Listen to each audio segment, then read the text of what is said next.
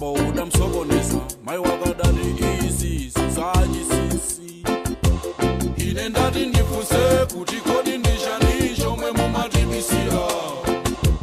poti tidamva kale nzosatheka zoti mwayunga kangotola maloto nanga banja nzanga tsiku ndi tsiku timamva zoti wina wangolandira pasi apana mpikicho timakanani ya mlunga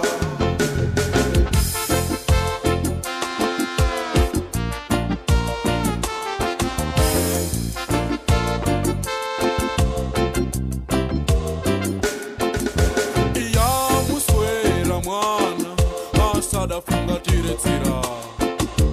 echikuwawe chachesato yangofika nkusantula chisa chose malizeni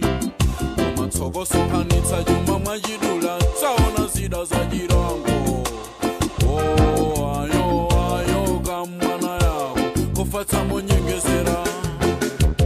yaswa ndi nkhunda yafungatira mazira ndi nkwali njoka bona yangofika nkusandula chisa chonse ine ndati ndifunse kuti kodi ndishani chomwe mumatibisira poti tidamva kale nzosatheka zoti mwayunga kangotola maloto nanga banja nzanga tsiku ndi tsiku timamva zoti wina wangolandira pasi